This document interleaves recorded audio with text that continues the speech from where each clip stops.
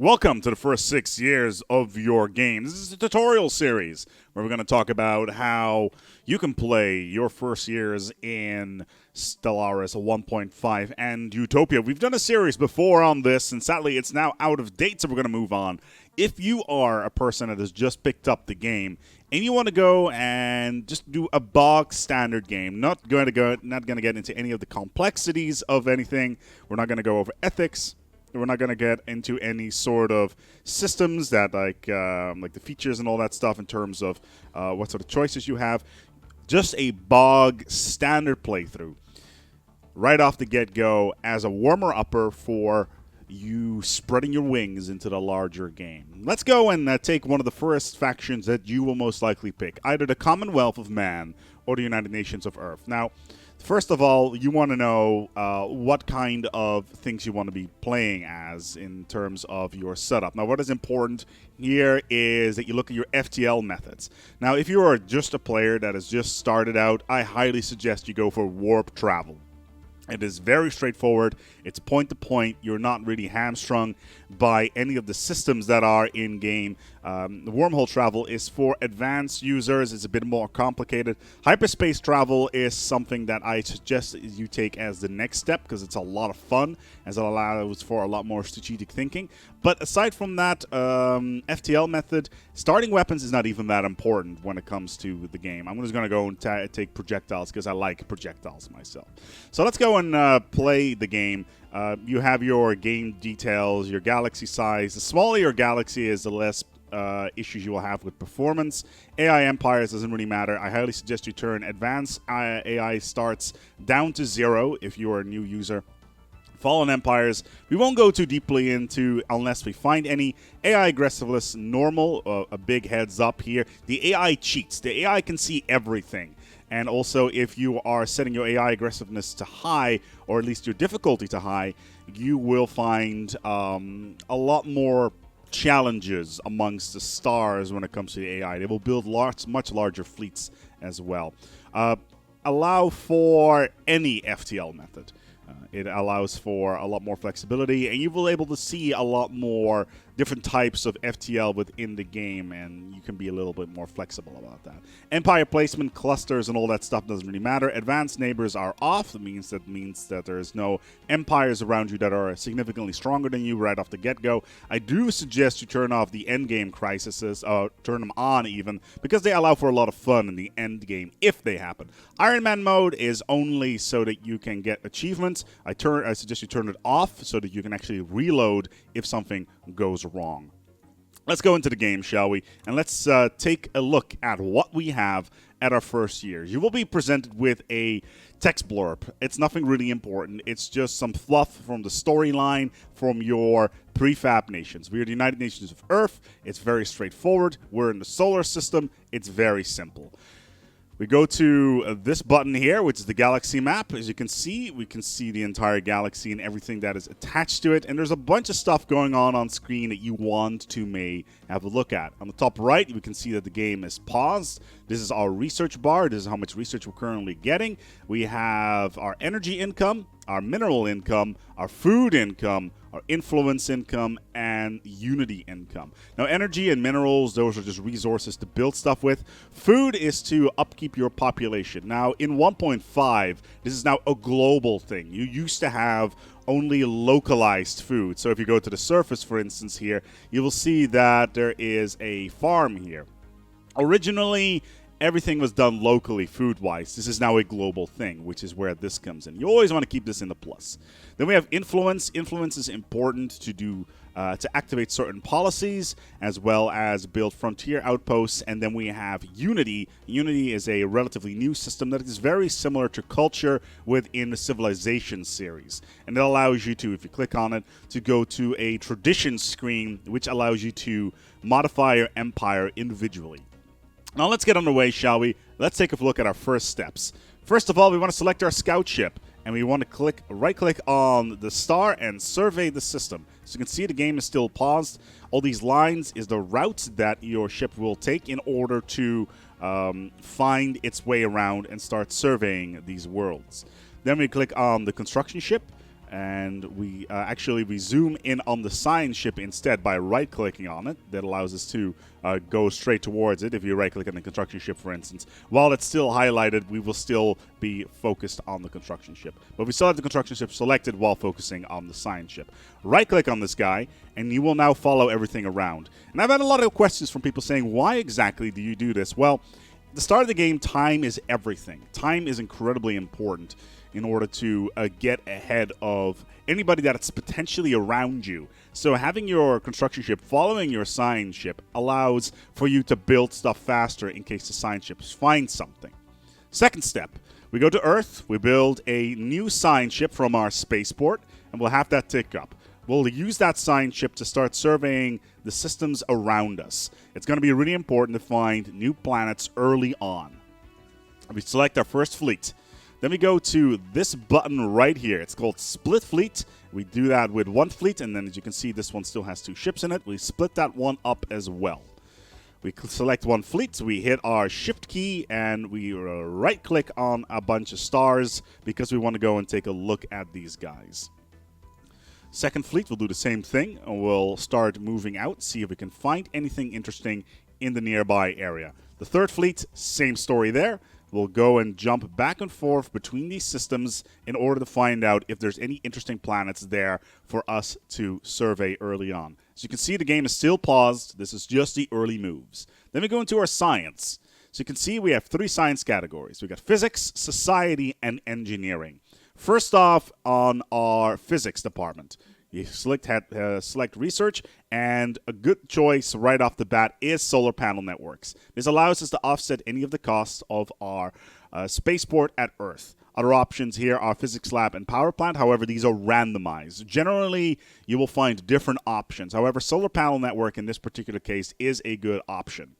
One thing that is important to note, the cost that is in here will increase over time the more population you have. So the more population you have, the more expensive any technology gets. Same thing goes for planets. The more planets you have, modifiers will be added in order to make stuff more expensive so that you don't rush through the tech tree very quickly. So let's hit solar panel networks. Let's go to society. One big change in 1.5 is that colonial ships are no longer a researchable technology. You get it off the get-go. This is very important because it speeds up the early game significantly. So right off the start, we have 3 options: farming subsidies and hydroponics farms, biolab, and naval capacity. Naval capacity is something that we do not need just yet. That's going to come up somewhere, well, in about maybe 15 years. So that's out of the scope of this particular video. In this particular case, the options are a little bit limited.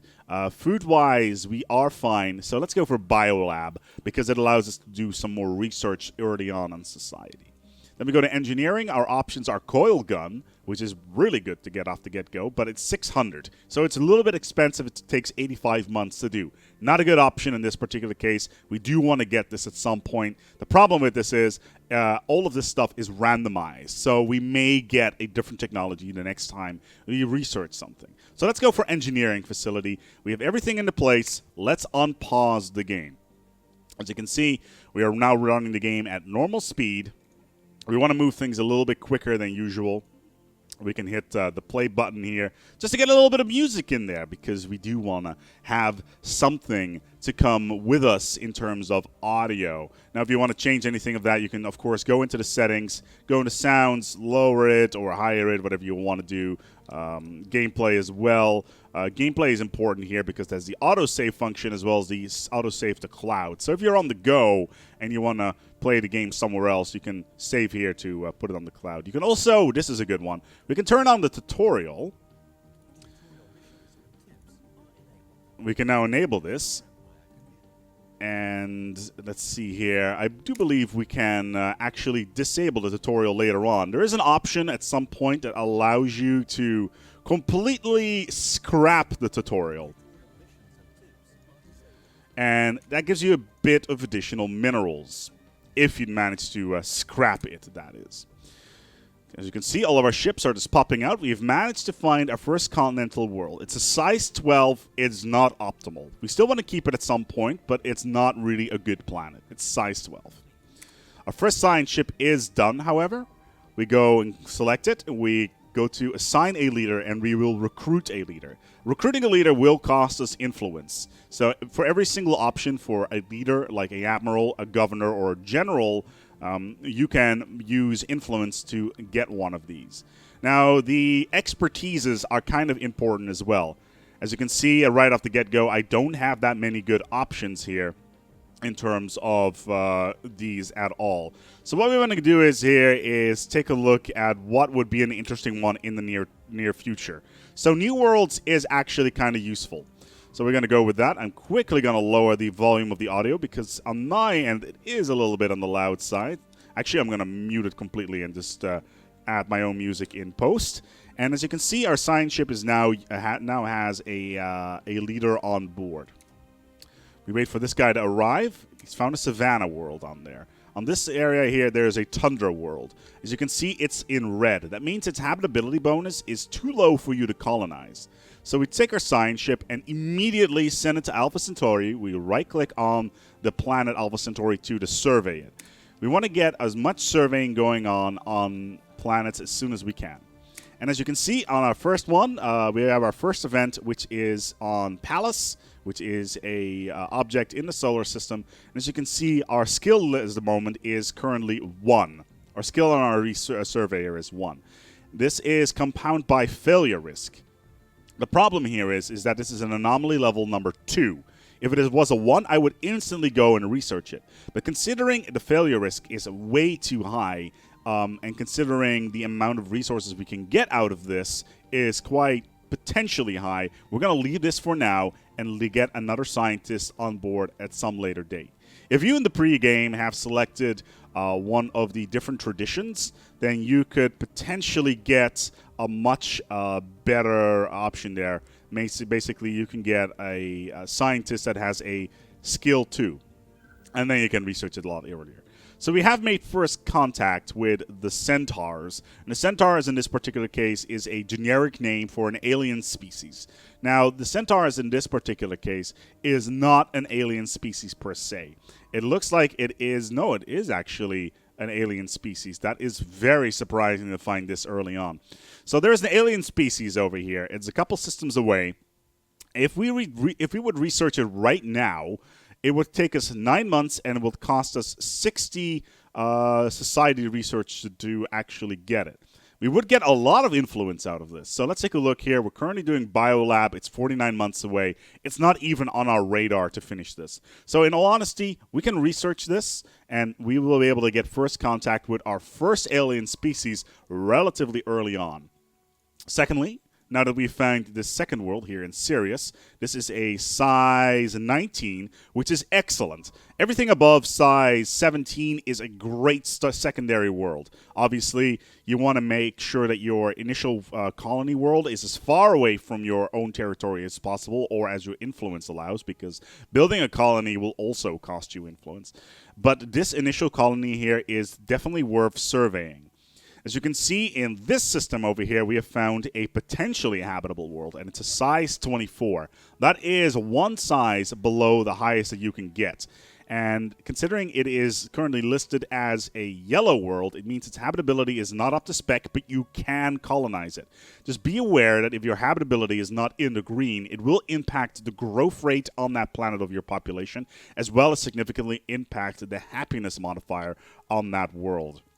If the happiness is low, you will be impacted by something called unrest. If unrest is too high, a planet will rise up, and this can potentially be a problem. In the meantime, one of our scout forces has found yet another potentially habitable world, which is great.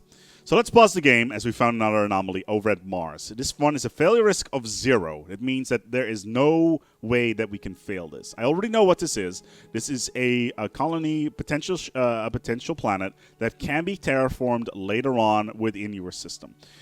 The Sol system, as in our solar system, will always spawn with a single planet that can be terraformed. It will always be Mars, which is kind of straightforward. Let's go and research this. And this will take some time. In the meantime, let's take a look at this alien species and see what they have. It looks like that they are a continental species. That means that they are potentially already an enemy of ours because they will be fighting for the same worlds that we will be.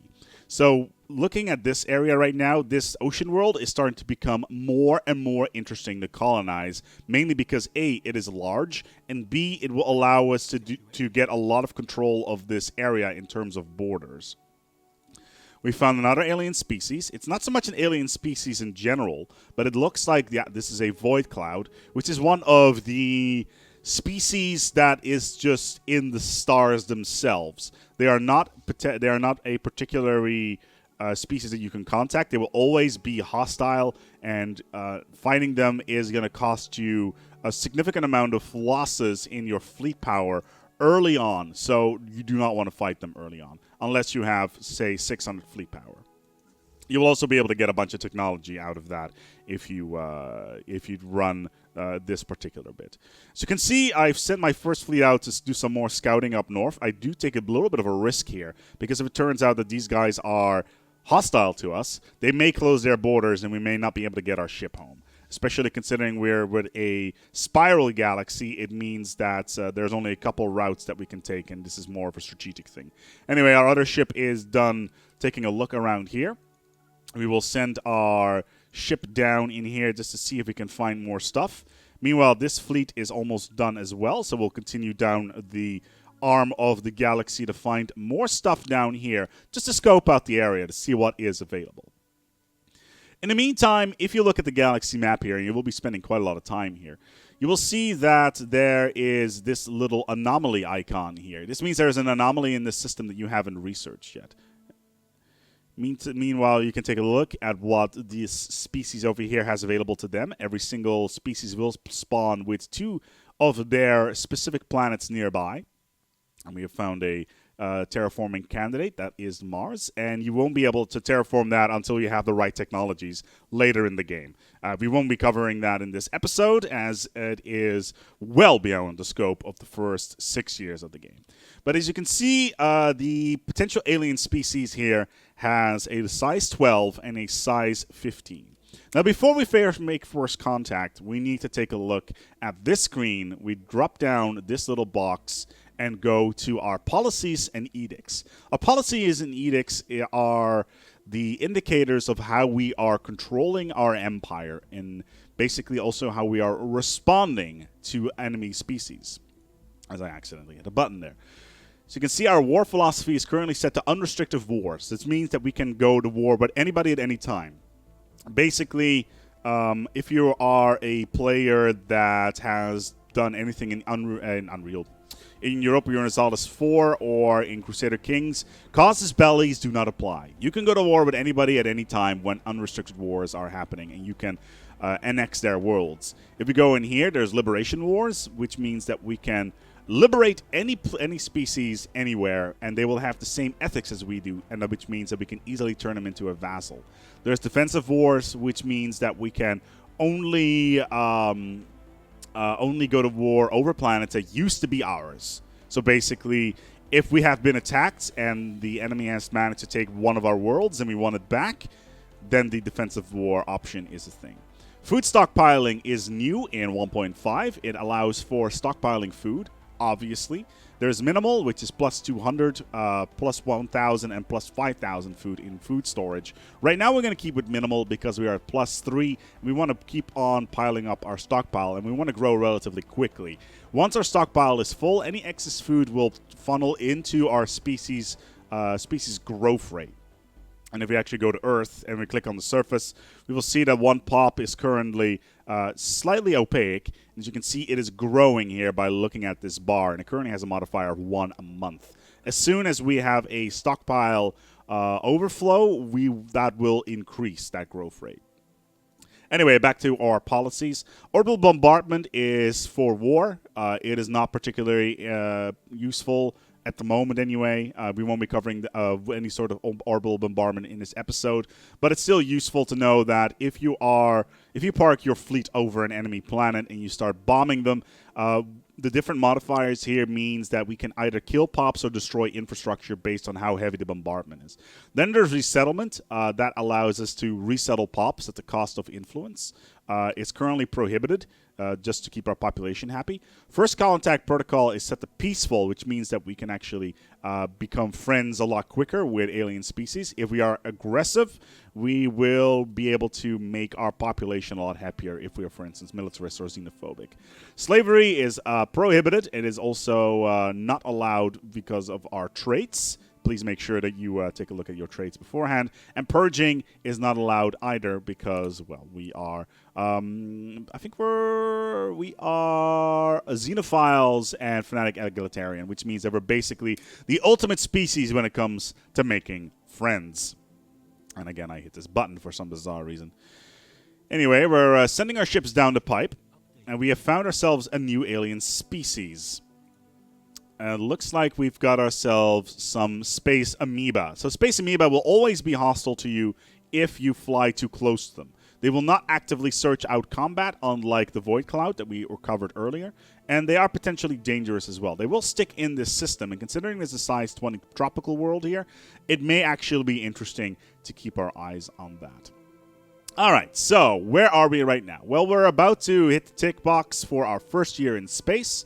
There we go. We can take a look at our situation log. We are 2 months away of making first contact, and we have found a hostile fleet present. That's once again some space amoeba. They are hostile to us, but they will not engage us. We've also found a continental size 15, and as we go further down the pipe, it does not look like we have seen many other alien species in this particular area, which is rather interesting considering the amount of alien species that should pop up. It could be that the aliens are spawned somewhere else, or we just haven't had the luck to find them yet. It does mean, however, that there is a lot of potential for us to grow in this general direction. We found a bunch of continental planets, and continental planets obviously allow for us to colonize. There's 2 of them here. There's a size 15 here. The good thing about this system is there's 2 planets in here, which means that later on we can colonize this. Now, we will get into that a little bit later. There's a size 14 continental world here and a size 10 ocean world. We can ignore the size 10. It's terrible.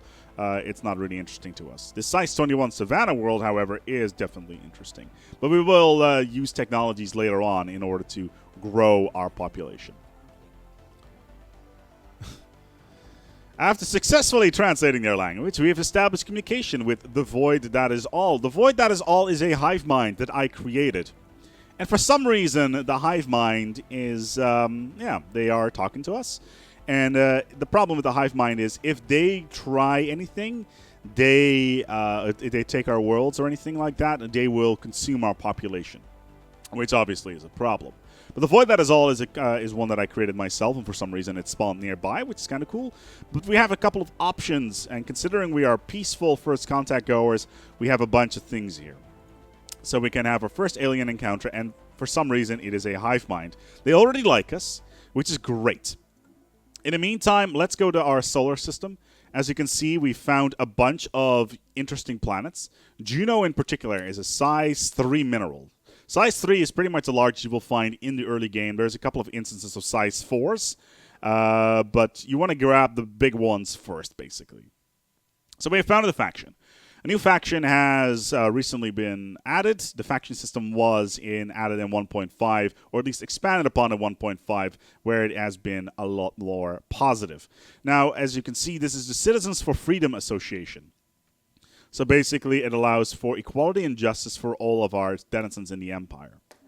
So if we go to our factions window, you'll see that our faction has 4 things that they want to accomplish. They want to be anti-autocratic, which means egalitarian. They want to have free movement, which can be done in policies. Reproductive freedoms, which means that they can there's no population controls for the species, and there needs to be a ban on slavery, which we have. We have banned slavery.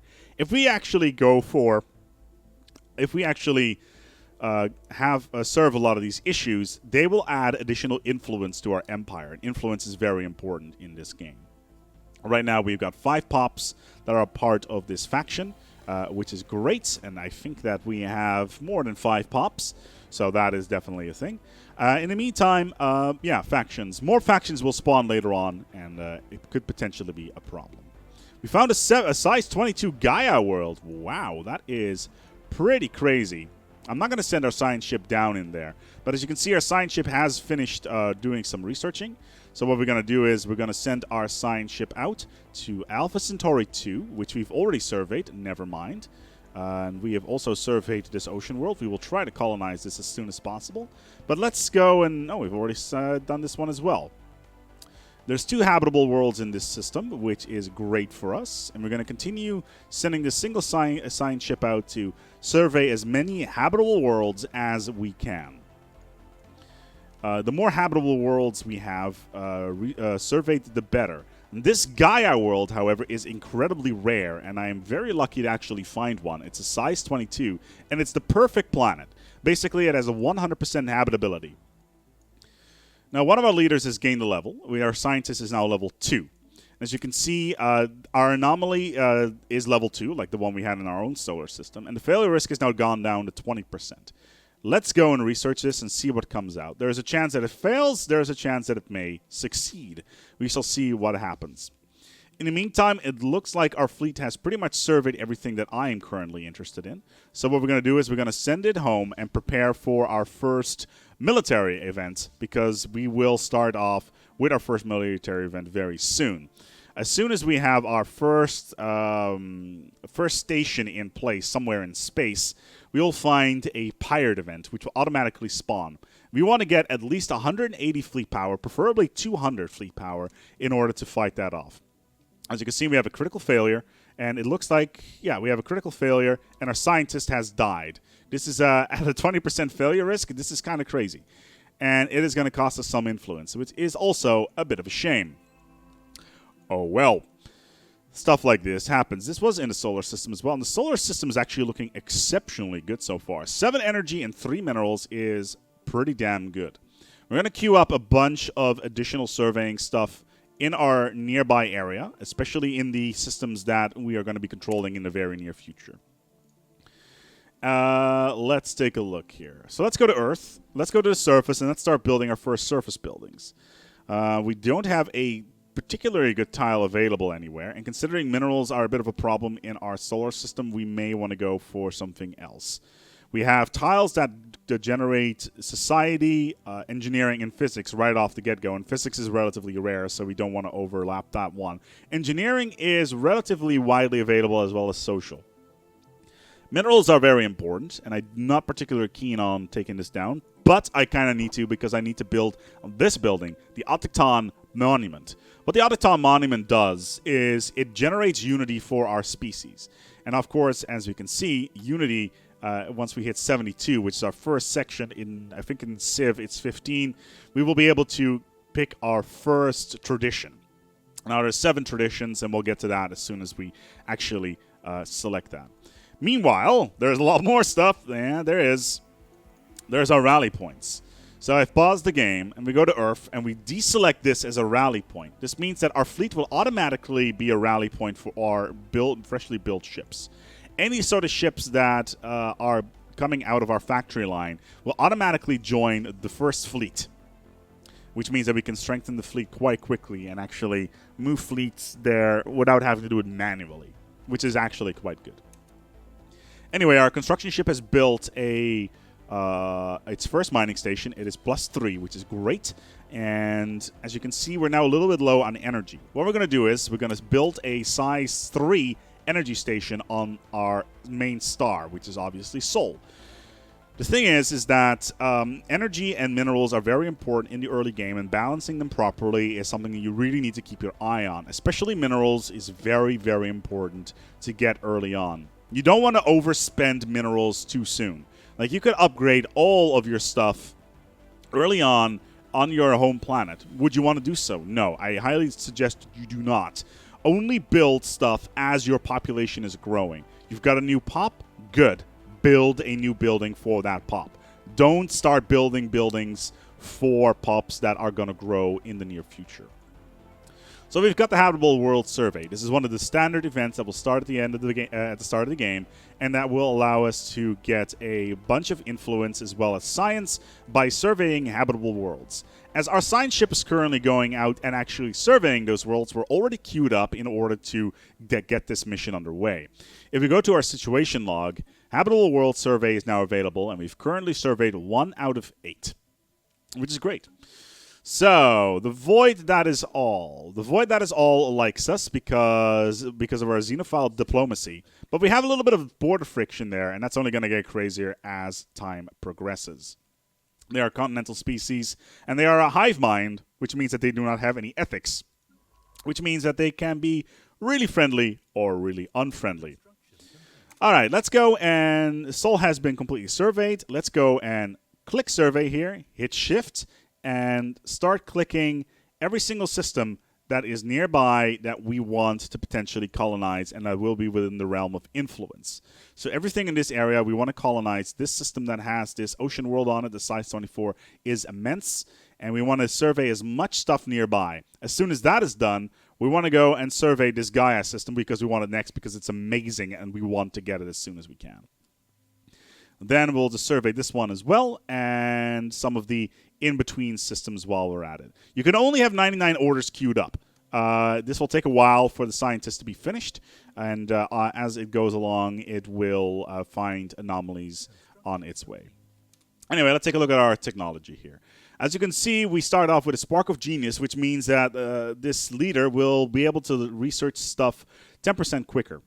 This leader has an expertise in materials. However, the science is industry. Do I have any industry researchers at the moment? No, I do not. You do want to min-max your scientists as much as possible by swapping them in and out as your technology changes. So if I had, for instance, if I had an industry scientist, I would swap that person out for this one in order to get an additional bonus.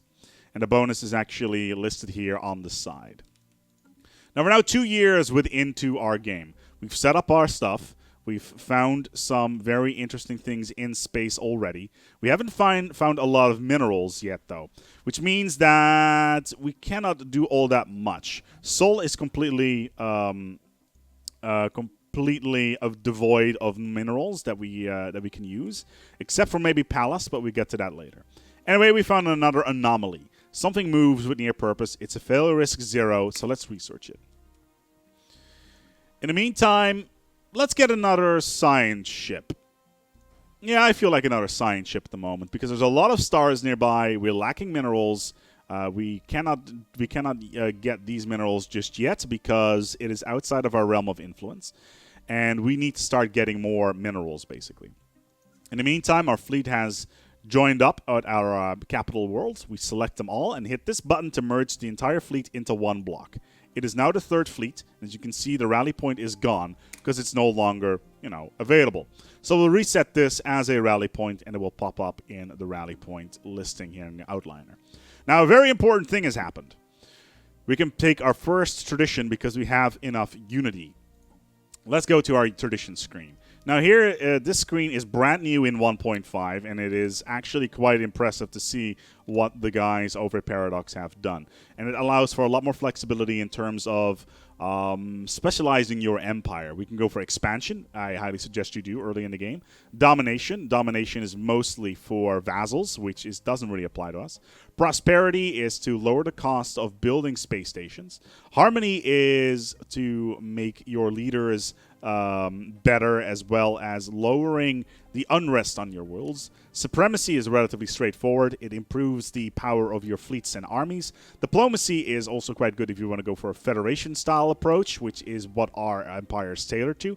Discovery is basically your science. And then we get to the Ascension perks. The Ascension perks will only become available once we finish an entire tradition tree. Now, we can take a look at traditions for the moment, and there's a lot of options here, and a lot of these options allow for significant boosts. For instance, Interstellar Dominion increases border range by 25%. That is a huge deal. One Vision increases unity output, which of course is a huge deal. There's also some more advanced ones that only become available once you hit the third Ascension perk, as in you have done 3 trees, and you can also research a technology that allows you to get an additional Ascension perk. But a little bit more about Ascension perks later. First off, we're going to go for expansion. Adopting expansion allows us to go and get 1 additional pop for colony. If we finish the entire thing, we will get 2 additional core systems we can directly control. By default, we can only control 3, and these are on the outlier. Earth is in 1 system. That is 1 system that we control. And this is why I was talking earlier on about having multiple planets and in a single system, because they count as single, as both of them you can directly control if they're in the same system, which is great if you want to try to min-max your worlds as much as possible. Let's go and adopt this. Perfect.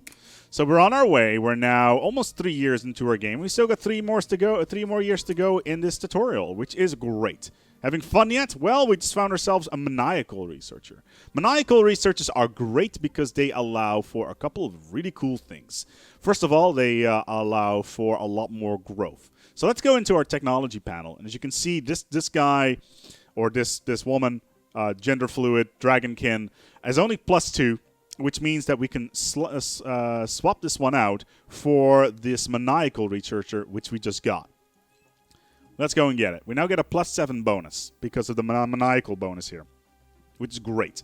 So we go back to our science ship, and we assign a leader, which was this one, and then we go and send them out towards the stars. Science ships are incredibly important at the start of the game because it allows you to see the lay of the land very early on and basically allows you to do a lot of initial research. I'm actually going to reset all of this and actually send them over towards this system because it's within our realm of influence, and we kind of need to know what is within our realm of influence. And especially if there's any minerals there, we want to get on top of that as soon as we can. So our construction ship is currently hanging out at the center of the solar system here. There's nothing in Bernard's star that is interesting to us, so we're going to move him over towards Alpha Centauri. Alpha Centauri is our next system. We've sent over 2 science ships into this system right now, and they will individually start surveying multiple planets as they go along. The construction ship is currently not doing anything, which is fine. It does, however, mean that we will not be generating any more minerals. As you move along into the game, you may want to start min-maxing your planets depending on what sort of resources you have available. In this particular case, the Akaton Memorial may not have been the right option. So what we're going to do here is we're going to build an additional building, and I know what I said about building buildings too early because they cost a lot of money. We're going to build a mining network here because we need the additional minerals. The Unity can wait for now. In the meantime, we found a pre-sentient species. A pre-sentient species on this world means it's a species that we can uplift later on. They are incredibly weak. They can't really do anything at the moment. We're going to leave them as they are. But later on, we'll be able to uplift them into a new species, which is great. The fact that we have +2 influence output from our faction means that we can potentially colonize this Gaia world a lot earlier, because there's a lot of range between us and this world. The further away a world is, the more it's going to cost to colonize it. And considering this entire area already has 4 continental worlds of various value, this is potentially a really good area to expand in. Size 15 is acceptable. Size 13, not acceptable. Size 14, kind of in the middle. Anyway, one of our leaders is just leveled up. It is now a level 2. No, it's actually, I think our governor has upgraded. Yes, so every planet can have a governor. And a governor, as you can see, it affects unrest, buildings time, and blocker clearing. It used to also impact happiness. This is no longer the case. As you go along through your campaign, you will find that you'll have a limited amount of leaders that you can have, and through technology you can get more leaders. However, you're going to need to min-max the amount of leaders that you have on your in your galaxy in order to make sure that unrest does not become a serious problem. Anyway, we got +4 energy. We're doing fine at the moment. I do highly suggest that we're an anomaly, size 10. That's great. Considering our leader is a number 2, we should be able to do stuff with that. But yeah, as you can see, we're having some serious problems with mineral output at the moment. Okay, and our scientist is leveled up, and we're currently researching this. Let's hope it doesn't fail, because we haven't had any anomalies that have not failed yet. Okay, so this science ship is moving in here. As soon as it's in here, we're going to go and survey this system as soon as it's done looking at this planet. So we're now 3 years into our game. The void, that is all, has been really quiet so far. And we found some silicone-based life forms, which means that it is an event that adds 3 additional minerals to this world, which is great. So this Sirius 6 planet has added a bunch of minerals. Sadly, our starting position is not the greatest due to the lack of minerals, and also we're on the side of the arm here, which means there's no stars on this side. We only really have 2 in our range. Let's hope that we can have some border growth in a bit in order to grow our territory and get a little bit more access to different planets. So what is our next goal? Well, our next goal is to create a colony. If you go to our planet and we go to our spaceport, we will see that our colony ship costs 350 minerals. It's the most expensive thing at the start of the game. If you go to our leaders, it looks like that we do not have a leader that allows us to quickly build a new ship. Individual leaders have individual bonuses that allow for quicker shipbuilding or happiness or additional mineral income or additional energy income. And this is all rather important to keep your eye on. Anyway, it looks like we have surveyed the Gaia planet, and it looks like it's going to be generating 2 engineering signs. That is already great, and this star has also got 3 signs as well. As soon as we're done in here, we're going to go and take a look around what is actually here. This planet could potentially be a core capital of our empire in the long term. But first, we want to get this ocean world out of the way. It does have a lot of tile blockers, though. Tile blockers are basically items that block you from building anything on planet. Thankfully, there's a lot of active volcanoes here, which means they're singular tile blockers. And singular tile blockers can be researched and be removed. All right, let's pause the game. So we found an anomaly once again, and it's a 10% failure risk. There's a little bit of fluff text here in order to make things interesting. So let's research this, and as you can see, our first technology has finished. So let's get a new technology. What can we get? We can get minerals plus 5%. Considering our income right now is rather minimal, it is a gain of 16 a month, which means that a 5% increase is not going to be all that much. And it may not be that interesting. However, considering ion thrusters is not something that we need right now, and the improved spaceport is way too expensive, and we cannot afford upgrading our spaceport now anyway, powered exoskeletons does seem to be the correct thing to go for. All right, so right now... so right now we are on track to get our first colony ship. And as you can see, we've already done quite a lot. Now, whilst this is all ticking along, we need to talk about our fleets. As you can see, our fleet currently has a little birdie along a little circle. That means it is in orbit around the star, or at least the spaceport. As we move this out, you can see that the energy costs for having them in space is increasing and decreasing. If a fleet is in orbit of something, or at least we're orbiting around a space station, it will decrease the amount of upkeep it costs. Now, if you can also assign a leader, and I don't have one available right now, which is a fleet logistician, which decreases the amount of cost for a fleet even more. And especially if you get to the late game where you're running around with fleet sizes in the hundreds of thousands, you definitely want to get a fleet logistician because the cost of taking your fleet out is going to be extremely expensive.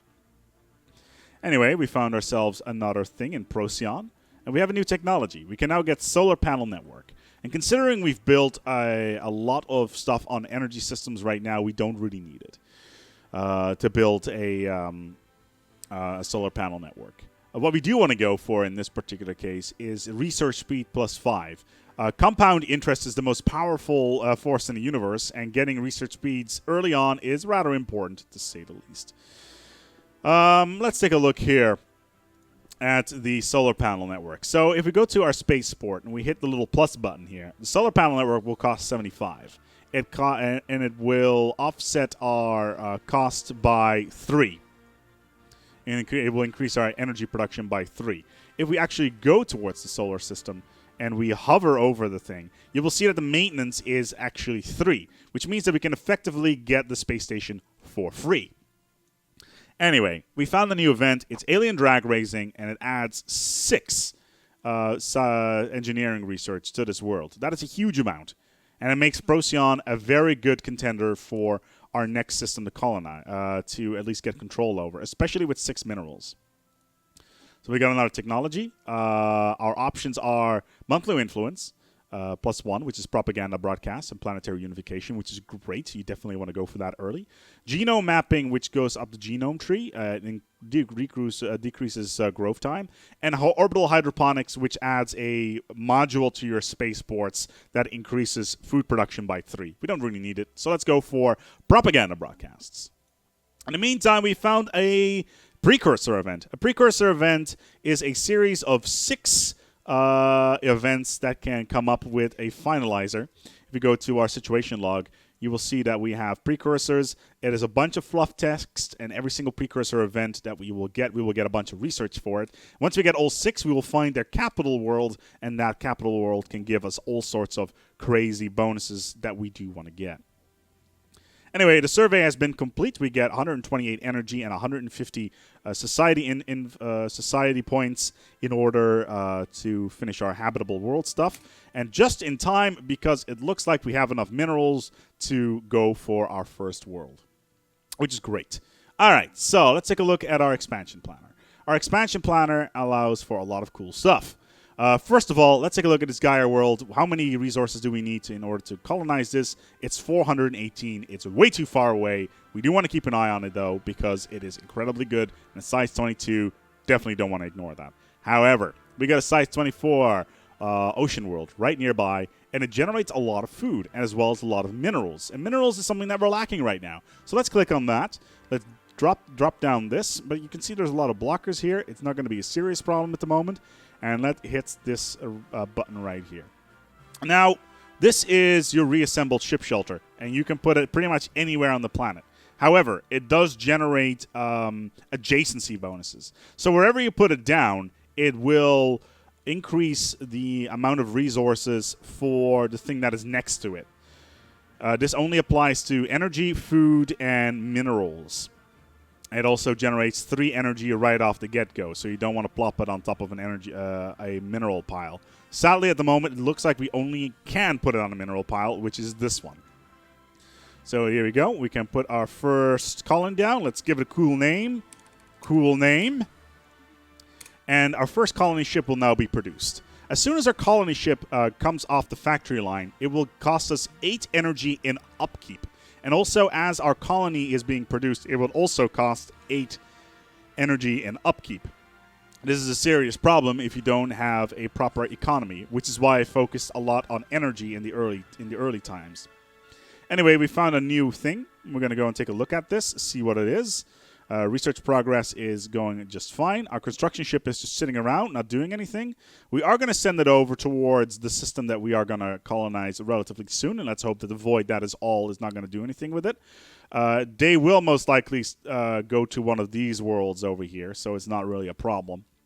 But yeah, overall, it does look like we have a pretty decent start, aside from a lack of minerals, and there's nothing down this arm here that can impede our struggle for this Gaia world, which is rather interesting to say the least. Anyway, we've got 8 months remaining in this playthrough. So we got 60 physics research from that event.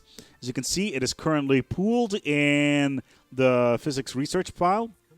That basically means that we can use that research to boost our technology. So as you can see here, because we have an additional amount of research, we can actually boost it a little bit. And as you can see, we have a new tradition available. And this is before we get our first colony, which is pretty crazy. So what we can do here is we can go for colonization fever. Capital buildings will now produce 1 additional unity, or reach for the stars, which purpose of colonizing and building frontier outpost systems count as being half of the regular distance away. So while colonization fever is pretty great, considering we have that Gaia system down there, we want to go with this so that we can build a very cheap frontier outpost in this particular system. So if we hover over this, and we would want to build a frontier outpost system here, which we would be able to do so, we can actually do it relatively cheaply. If we want to do it, for instance, over here, which we don't have the minerals for, but for some reason, it looks like it doesn't cost any influence this time around. What if we put it right over here, though? Well, we don't have the minerals for it, so it's not really a thing. Anyway, we're now at the point where our first colony ship is coming off the production line, so it's time to start building corvettes. Corvettes are going to be important. We're going to need at least 4 extra ones. We want to have at least 4 corvettes by the time our first colony is done. The reason for this is because of an event that is going to come up soon, which is the start of space piracy. Cool. Excellent. Well, this is going to wrap up this episode on your first 6 years, and there it is.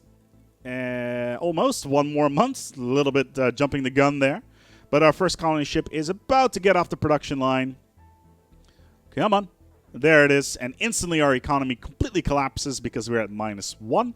Our colony ship will move out there as soon as possible. It's only 1 jump away, and our first 6 years are done. So this is a general overview of your first 6 years in Stellaris. As you can see, there is a lot to do and a lot of stuff to take in. I highly recommend that you take your time and go with one of the prefab species right off the get-go and have a little bit of fun with it. Make sure you don't play Iron Man so you can at least roll back your game in case you mess up somewhere. Anyway, I hope that this was useful to you, and we will continue this series on how to start off in Utopia and basically, yeah, allow us to learn even more. Next time, we're going to be talking about frontier outposts and our first colonies. Until next time, take good care of yourselves and each other.